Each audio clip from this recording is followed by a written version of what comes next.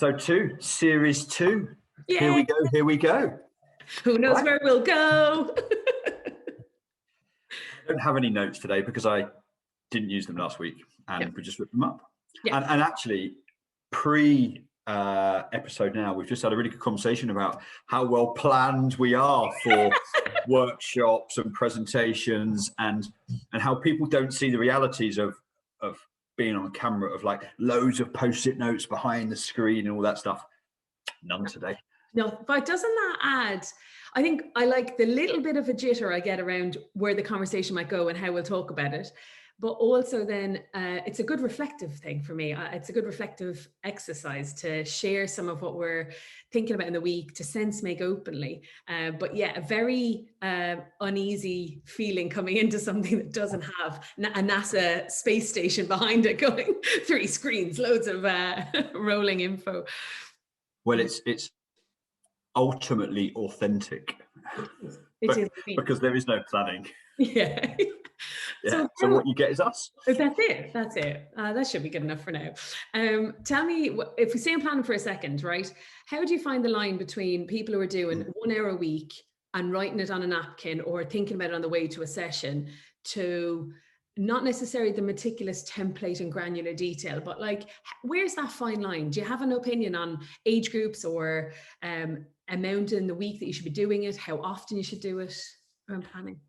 Well, it might just be, it's just entirely my view, but of my approach, I would plan every coaching session, and I'm a volunteer coach working with a variety of age groups now. So if I've literally started in my big ideas notepad.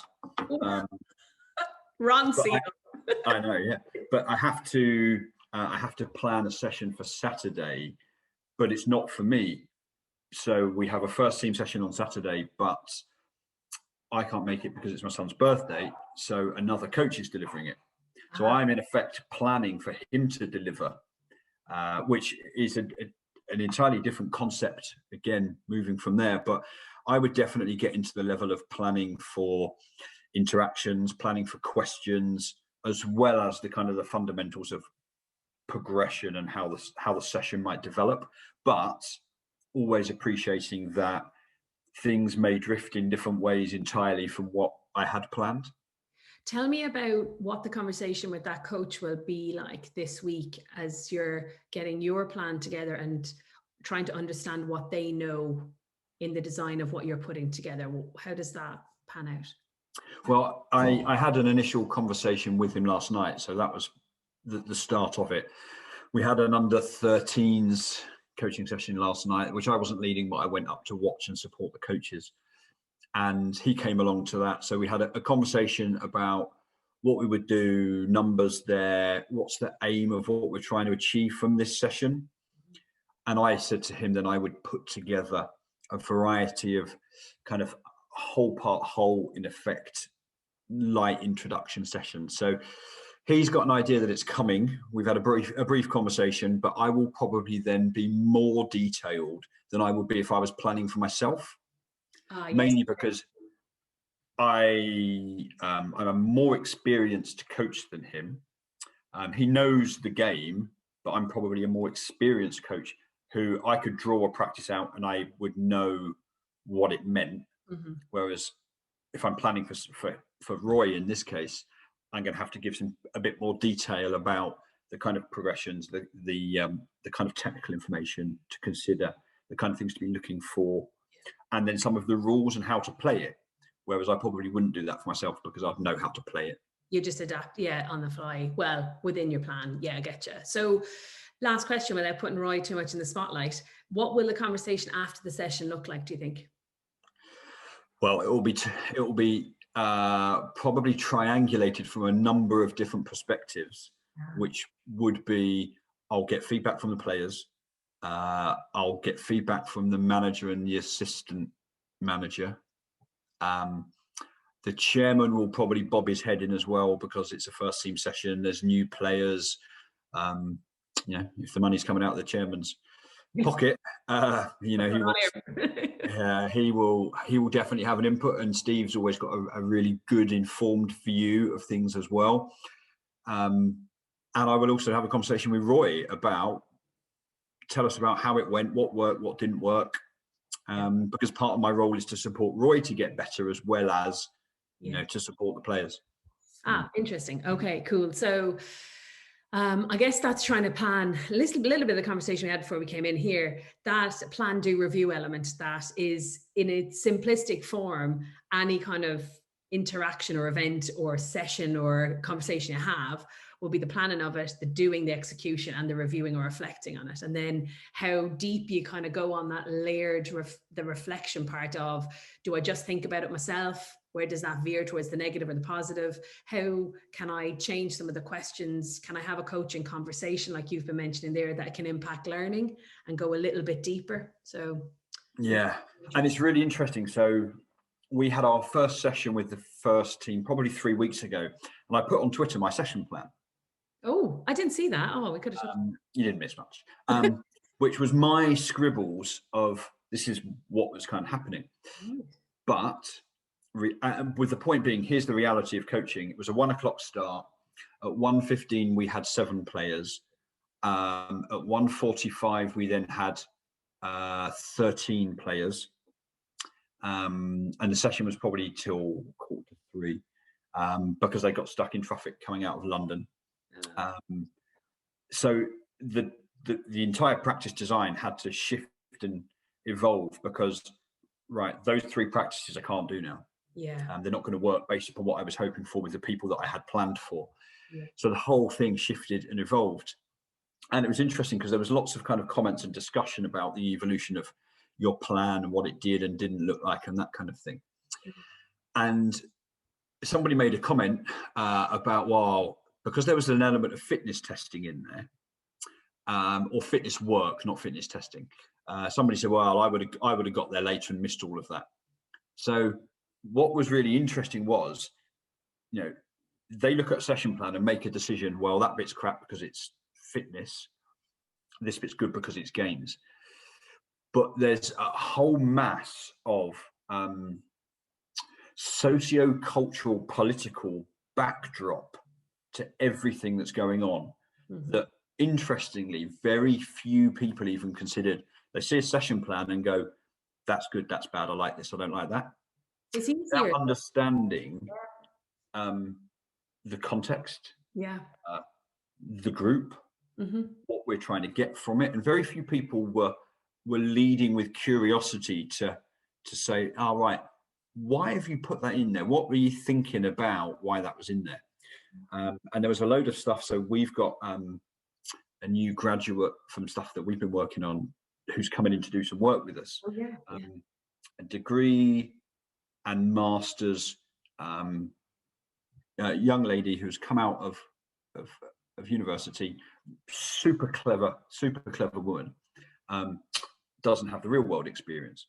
So she'd sent me a session plan to do, and my thought was that's just not going to work in the context of what we're trying to get. And so I'm trying to then manage her enthusiasm, but not cut off entirely what she's planning, but do a bit of that and introduce her to the group for the first time. There's lots of moving parts, but people didn't really consider that within, well, it's a session plan, it must be in this. But it never does. It never does. There's always a lot more. No, and you know, it's I jumped in there with my kind of passionate answer there. It's like, it's just easier for people. It's easy for people to feel comfort in like it, don't like it. It's right, it's wrong. And then why do you think that is? Well, what was leaning to in my head as I was evolving my thought there as you were speaking. And I do want to think around biases and how sometimes with social media, a lot of the times with social media, we're allowing ourselves to gravitate towards the likes. What will I present? What way will I present myself and the information to get more likes, to get more people around me, that confirmation bias kind of thing. And I had a conversation with someone in a sport this morning that says, we're going to do this, this, and this in this sport. And I was like, oh, that's really interesting. Have you thought about, getting someone from outside that sport to have a look at it? Or maybe companies that don't deal in just this sport? And they were like, but what will they know? They're experts in this sport, so they do that. I said, oh, are they though? Who challenges them? Are we sure that, you know, and it's all, it's not all, but I think there's something for me around the safety of being a keyboard warrior in people's head and standing behind things. You know, who I follow, who I don't follow, how many people are disruptors, as we might call them, in your social or even in your real life circle of networks that you have. And then I would love to challenge some of those people, which you're very good at doing, when they do say, oh, I don't know about that, or a yes, no person. There's just, for me, there's a lot of things that are gray, and that's the rich discussion part. Is, you know, we have some of our rules and boundaries on other things, but the gray richness in there going like, oh, why did you place that there? Or like, here's a good one, really simple example. A conversation I had with a coach about 1.5 years ago. And this was actually a groundbreaking moment for him. So he was coaching in a sport, and water bottles were part of this, what would you say, standard that they had. They bring the water bottle in this part, and you have to have this with you. And this was pre-COVID, actually. Yeah, it was. So he rang me this one afternoon and said, you know what, I've had this moment and I'm really disappointed in myself. And I said, go on, what's happened? And he said, well, an athlete has arrived coaching age group between 14 and 16, sometimes after school, sometimes before school.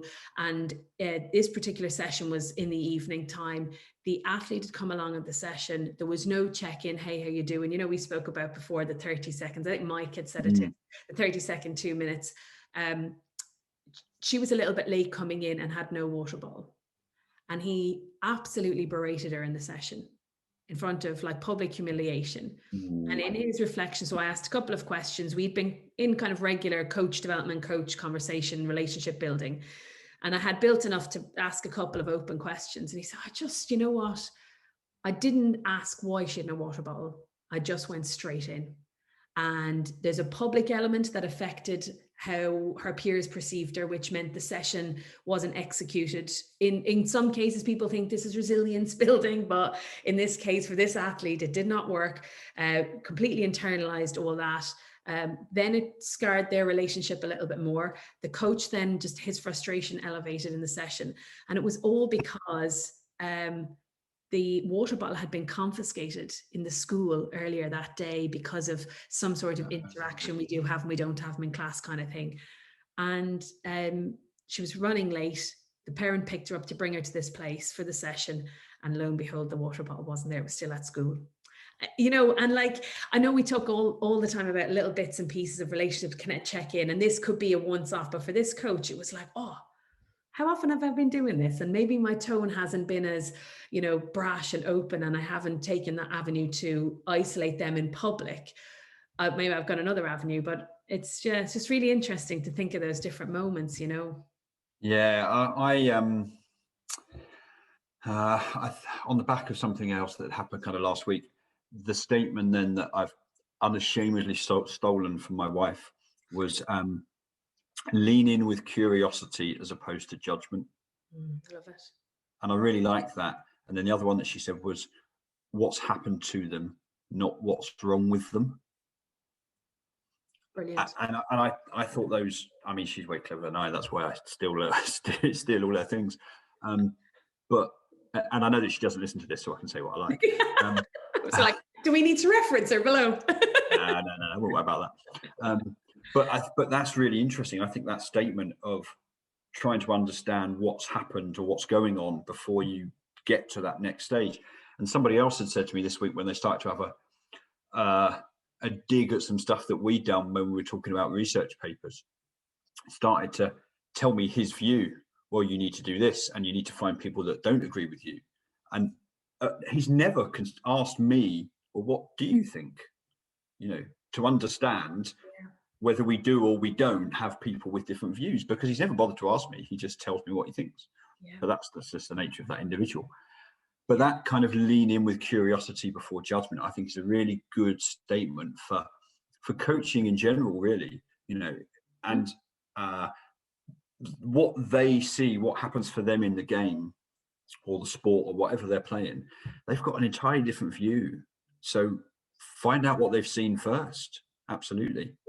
Yeah. Anna Stoddard talks about that when she mentions a biography. And I know we're talking a little bit about context, but she talks about biography. I mean, sometimes we talk about journey, and I know there's a slight overlap there, but she may say different. But if we know, like the chess example we gave last week, if we know where they're coming from, what their bank of experiences that they've gathered along the way, and then she has 3 areas around kind of ways of learning or learning. One is that you're going to adopt this new concept or way of working or information, that you're going to reject it, or you're going to adapt what you already have. And I think when we think of coaching and building on what we said last week about cognitive load and processing, like we're building kind of on, I feel like the shoulders of giants, your own information each time.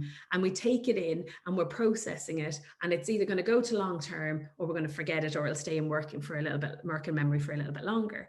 And I think, there's a safety in the social media, as I've said, to go, yeah, I don't know about that. I'm an S&C coach, and listen, you've done that wrong. This is the way I've learned it, without challenging themselves or leaning in with curiosity.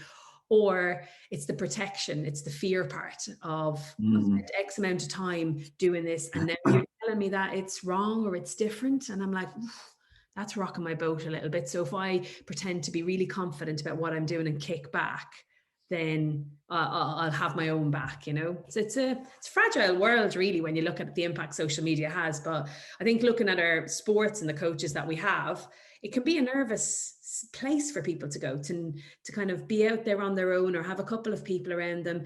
New voices come in. I've worked with teams, as you have, over the years, where new people come in, even this new girl that you have coming in.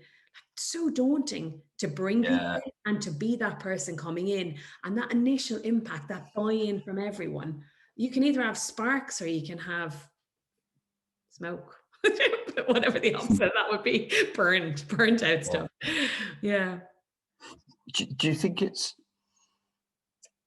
hard for people to just generally admit that they might be wrong about something? Yes is my immediate answer. I think, this is a conversation I had at home this morning when I was reading a nice gift that I got for Christmas off our present company in a Chris Kindle.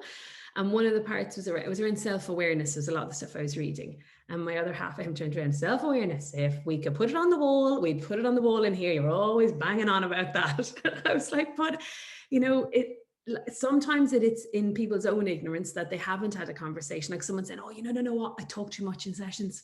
I've listened to a couple of things and I know I do. But actually, that's just their evaluation, which is great that they're trying to tune in. But who else, where else is that coming from? It's this, how was your message landing? What am I like to communicate with? Who am I as a person? I know you could go really deep on it, but I think some of that is the fear and the protection element, and some of that is being really vulnerable. Brene Brown, sure, we know her, talk about her a lot, and when she talks about shame and vulnerability. But one thing that stuck with me in all the stuff I've read and listened to, even starting a conversation is being vulnerable.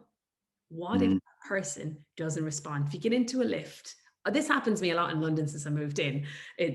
My 7 years in London in August, I'll be on a tube, I'll make eye contact, and I will get daggers back. I'll make a little nod at someone as I leave them go ahead of me, and they'd be like, thank you very much, very kind. And I'd be like, thank you very much. I don't know if it's a cultural thing coming from Ireland. It's just, friendly, but in different cultures, in different spots, it doesn't work. And I'm going completely off tangent here, but it's just that vulnerability to say, oh, you know what? I don't know what you're talking about, Nick. And if I say we use Twitter, because that's a familiar melting pot of conversation and arguments. If I say to you openly, say it's Jenny Cody here, and I go to Nick, Nick, could you tell me more about why you've put that in? I don't know a lot about that theory. I could guarantee you that a couple of people would judge me for openly saying, you work in that role and you don't know that. And that's why, and whether I then choose to give them that ownership over me and their opinion, or even care about their opinion, that's down to me and how I cope. And it's just an interesting one. I ramble there massively, but I'm very passionate about that. And I see it more since I got involved in football this year. Twitter being a space that people have actually slated people and have no idea about the inner workings of things. And you go to LinkedIn or some other platforms, like, oh, great job, well done, keep going. You're like, oh, what is this two-split world thing? I remember seeing a really influential woman in my life is a woman called Lynn Kidder. And I don't know if people haven't read some of her work. She's retired now. She was incredible. She's done a load of work on developing decision makers and athlete-centered coaching, and like she worked with the All Blacks and stuff like that. She's pretty cool. And I was at a conference. We got her over when I was back in my football days to speak at a conference, and then she was sat in the audience, which is kind of scary because if you're speaking, and you knew she was. And Lynn doesn't hold back. Like if she's got something to say, she says it. And something was going on, and they were engaging within the group of people that were there. It was almost like a bit more of a workshop-y type thing. And Lynn said something to challenge back. And then the person that was talking said, well, I think this, and gave a really kind of different view. And Lynn just went, okay, yeah, that's brilliant. I like that. I've changed my mind now. I agree with you. And without batting an eyelid, just went, yeah, I really like that. I'll change my opinion. You're spot on. And she's the only person I've ever seen, because most people try to defend themselves and protect their views and opinions. Yeah. And Lynn just flipped it entirely and just went, no, that's brilliant. I totally get that. I'll go with that. Bloody hell. Yeah. And I don't think I've ever seen anybody do that. That's interesting. Other than her. And so, like, how do we encourage people to be like that? So, like, go back to our coaches and the sports, because I definitely digressed this onto TFL London Tubes there for a second. You're back on a pitch or you're back on a track or wherever you are doing a bit of coaching, and you were in that situation. Maybe, as a parent, you've been roped in to do something, a volunteer position, part-time, and now you have people in your role, say people who've done their job, and now you have an expert in the area coming in to support and grow, and they feel a little bit nervous. Like, how do we encourage people to be more vulnerable in those situations? That's definitely something I think we need to explore and probably understand more of. And like you said, signpost people to some Brené Brown stuff about the importance of that. And I'm sure in the example with Lynn, there was a whole host of critical thinking that went on very quickly in her super brainy head to make a decision. And we would always probably encourage coaches to be critically thinking about different things from different perspectives. Some of it, I think, comes down to the relationship of where you're getting the information from. Mm-hmm. So, in my kind of coach developer, working with the coaches at the football club at the moment, they've been ridiculously open to wanting support. And I can't thank them enough for the approach that they've kind of taken. Mm-hmm. But it has to come from the relationship we try and create together. I've said right from the start, I'm not coming in to judge your coaching. Like there's absolutely no judgment. Yeah. I'm interested in what you planned. Did that happen? Yeah. And what kind of information did that generate that you can then use to inform your next session? But they will say, what do you think? What would you do? Yeah. And I think sometimes we're nervous in that kind of coach developer role. Sometimes we back off and go, no, you tell me what you think. You tell me what you. Sometimes they get like you're way more experienced. What do you think? What would you do? How can you change this? And there's a time and a place, I think, for kind of supporting them in that way. But they have been really vulnerable and open from the start. And I think the majority of coaches probably are, if they don't see it as a threat. Yeah. And I've tried really hard to not position myself as a threat, because I'm really not. I'm not trying to take their job. I'm not judging what they do. All we're trying to do is create a better experience for those kids. Yeah. That's brilliant. So I'm not trying to condense the world of coaching into one tiny package, but a couple of things that have come out for me there. Having a mentor, if they don't have the fortune in their club of having somebody in that director or head of position, but having somebody that you can talk to that you don't feel threatened by and share with. The when you mentioned there about the bank of knowledge, I guess the wider your bank is, the more critical your reflections and your decision making can be. So Yeah, if definitely. I only have one thing and see one thing, then it can just be that channel. And I really don't have my point of reference is really, narrow and specific. So having that, and then having a mentor, and then having the willingness, because we work with so many coaches that haven't had support before or have had a bad experience. So they're kind of like, oh, hang on now, you said, this is what they said before, and this is how it turned out. So that non-threatening support structure, coach, developer, mentor, friend, and your bank of knowledge, that's not a bad start. Well, I think most people's experiences is, right, I've got a clipboard and I'm going to judge, assess, decide. And I think part of it really is how we reframe what assessment looks like. So it's a much more kind of fun, enjoyable, playful type experience that's part of an ongoing journey. And all, at some stage there might well need to be somebody with some kind of lens on assessment. And all it is saying is, right, on your roadmap from here to here, you're kind of about here. Yeah. It's the fear of that. And people saying, I just want to get through it when they're going on a qualification. Just want to get through it. No. Just want the course, the badge done, signed off, as opposed to, how do we really work hard in sport to make them, really cool learning experiences that they almost don't feel like you're under pressure. And that's probably the advantage I have of I'm not going in with any kind of clipboard. Maybe I should get a clipboard. No, don't. If you had, though, let's try and bring this full circle. So 70, 20, 10, whether we just keep it surface at the moment, 70% looking at the experience that people have, the learning by doing, the 20 be learning by social, which could be integrated into the 70 as well, and the 10 being the formal. If you took that and then people thought about your interactions as a coach, developer, mentor, or you're in your own personal development, and yours as a coach, or you're in your working life, if that's not as a full-time coach, then that's a pretty good start, the doing part, and then putting that into the planning. How do we, like if I was on a course and someone said, I just want to get through the day, I put my pen and my little flip chart down and my little thing, and I'd go home. That would be it. I would be so disappointed in myself that I'd presented something, even with my planning, and even if it was their past experience, that I hadn't A, explored that with them first, and B, that was the feeling in the day.